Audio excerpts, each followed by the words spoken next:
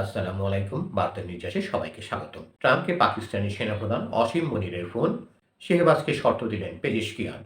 দ্বিতীয় দফা সংলাপ ঘিরে যখন অনিশ্চয়তা গাঢ় হচ্ছে, তখন যুক্তরাষ্ট্র ইরানের প্রেসিডেন্টের সঙ্গে আলাপ করেছেন পাকিস্তানের শীর্ষ নেতারা। এর মধ্যে ডোনাল্ড ট্রাম্পের সঙ্গে অসীম মনির এবং মাসুদ পেজেশকিয়ানের সঙ্গে শেহবাজ শরীফ যোগাযোগ করেছেন।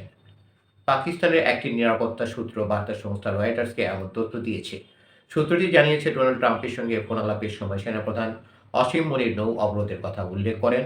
মনির জানান, ইরানি বন্দরগুলোতে জারি থাকা অবরোধ নতুন আলোচনার শুরুর ক্ষেত্রে মূল প্রতিবন্ধকতা তৈরি করছে।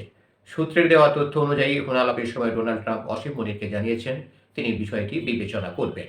নিরাপত্তা সূত্রটি আরও জানিয়েছে, পাকিস্তানের প্রধানমন্ত্রী শেহবাজ শরীফ ইরানের প্রেসিডেন্ট মাসুদ পেজিশকিয়ানের সঙ্গে যোগাযোগ করেছিলেন। সে সময় তিনি প্রতিনিধি পাঠাতে পেজিশকিয়ানকে অনুরোধ করেন। জবাবে পেজিশকিয়ান বলেন, নৌ অবরোধ প্রত্যাহার না করা পর্যন্ত ইরান কোনো প্রতিনিধি দল পাঠাবে না। দর্শক, আরও সংবাদ পেতে আমাদের বার্তা নিজের চ্যানেলটি সাবস্ক্রাইব করে আমাদের সাথেই থাকুন। এদিকে আলোচনার বিষয়ে নতুন করে অনিশ্চয়তা তৈরি করেছে মার্কিন সামরিক বাহিনীর ইরানি জাহাজ আটকের ঘটনা।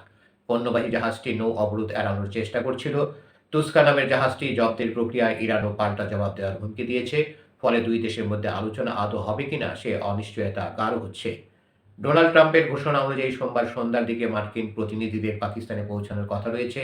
অপরদিকে ইরানের পররাষ্ট্র মন্ত্রণালয়ের মুখপাত্র ইসমাইল বাগাই সোমবার সংবাদ সম্মেলনে বলেছেন, তেহরান এখনও আলোচনার বিষয়ে সিদ্ধান্ত নেয়নি। ধন্যবাদ সবাইকে এতক্ষণ ধরে আমাদের সাথে থাকার জন্য।